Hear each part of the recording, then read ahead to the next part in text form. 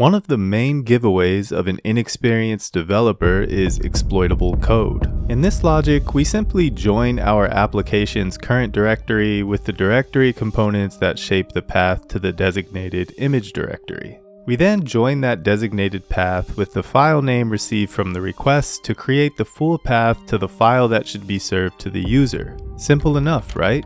But did we miss something? Let's have a closer look.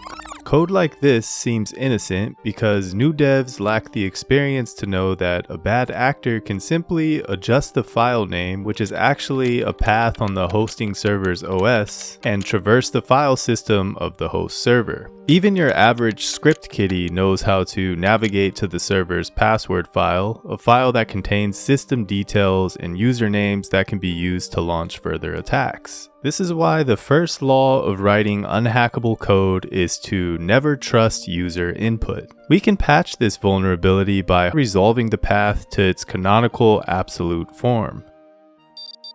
And we can't forget to evaluate symlinks as well. If the resolved path doesn't start with our safe directory, we can deny access. Now, if you thought that first example was bad, you're going to think this next one is catastrophic. Imagine you're an innocent CS student and you're given an assignment to write a calculator app. You quickly whip up some code thinking to yourself, wow, that was easy. I must be better at this than I thought. But there's a mighty force that you didn't take into consideration when writing your code. The assholes of the internet are not to be underestimated. You think everything's fine because your calculator is calculating the expressions passed to it flawlessly. But what about when somebody passes in something unexpected?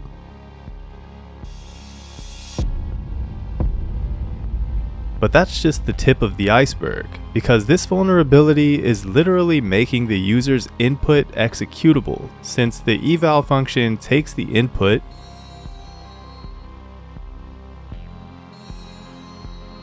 parses it as code, and executes it at runtime. This means that a bad actor can cause some pretty catastrophic problems for you and your server.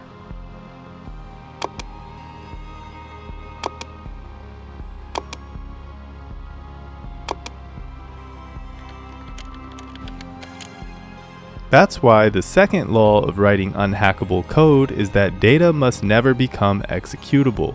What you should do is use one of the many production-ready libraries designed specifically to replace unsafe evals.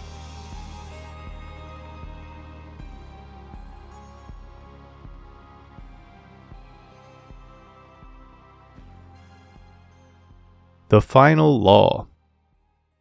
This one is a bit more subtle, and it's the one that most inexperienced devs break without even realizing they're doing it. This code simply queries the database for a user with the provided name and password. All good, right?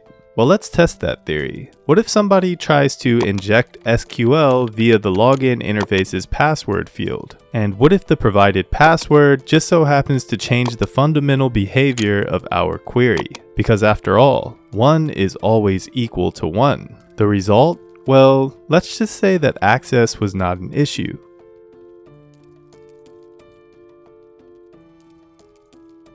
This is why the third law of writing unhackable code is to separate data from instructions. Instead of concatenating the user input directly into the SQL string, we should pass the data provided by the user as separate arguments by using placeholders. This parameterizes our query, forcing the database driver to treat the user input strictly as data values rather than executable SQL commands, neutralizing the SQL injection vulnerability. And these three laws actually boil down to one law: trust no one, which is basically the first law, or all three laws. Is that confusing? Well, if you want to be even more confused, check out the weirdest coding standards on the planet by clicking the suggested video on your screen.